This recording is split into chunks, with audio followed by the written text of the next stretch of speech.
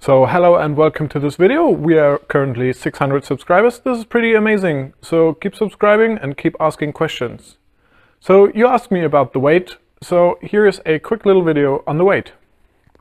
I have here placed all the parts of this boat that I have already printed.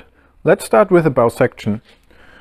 This bow section consists out of a carbon fiber rod, which is the bowsprit, and there also is a carbon fiber spar in the middle, and we have the tube for the jib. The scale currently sits at 0 grams, and this part weighs 104 grams. The next part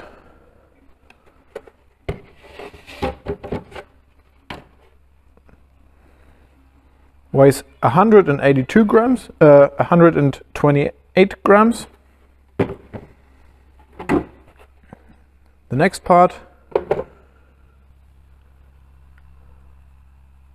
157. This is probably the biggest part. This is with the mast hole and also where the keel will sit later. It comes out at 192 grams. And the last part I have already printed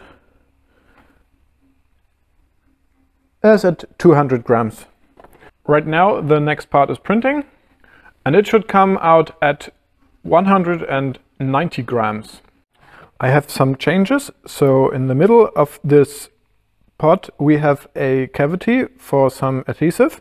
So the rods from left to right and the bottom will meet in a blob of adhesive and connect strongly together. I have also added this hole in the middle where I can place a carbon fiber tube, and also up there we'll run 2 carbon fiber tubes down the middle of the boat.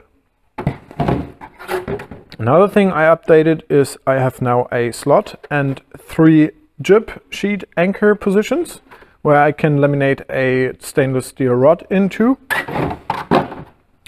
And as you have already seen, the bowsprit section is a little different.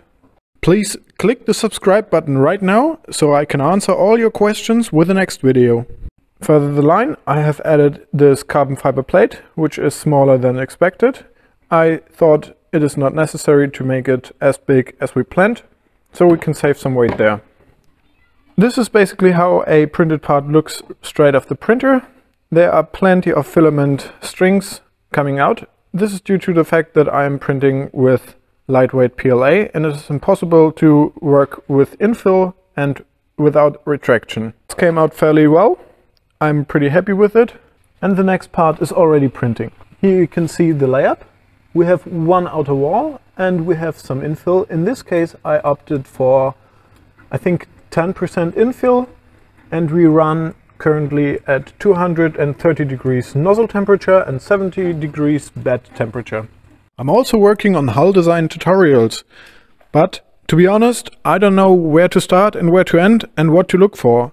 So if someone is interested in a personal coaching for their project, please let me know and we can do a shared screen and bring you right to your goal as quick as possible. Don't miss the news and be one of these 600 subscribers as quick as possible. See you in the next one.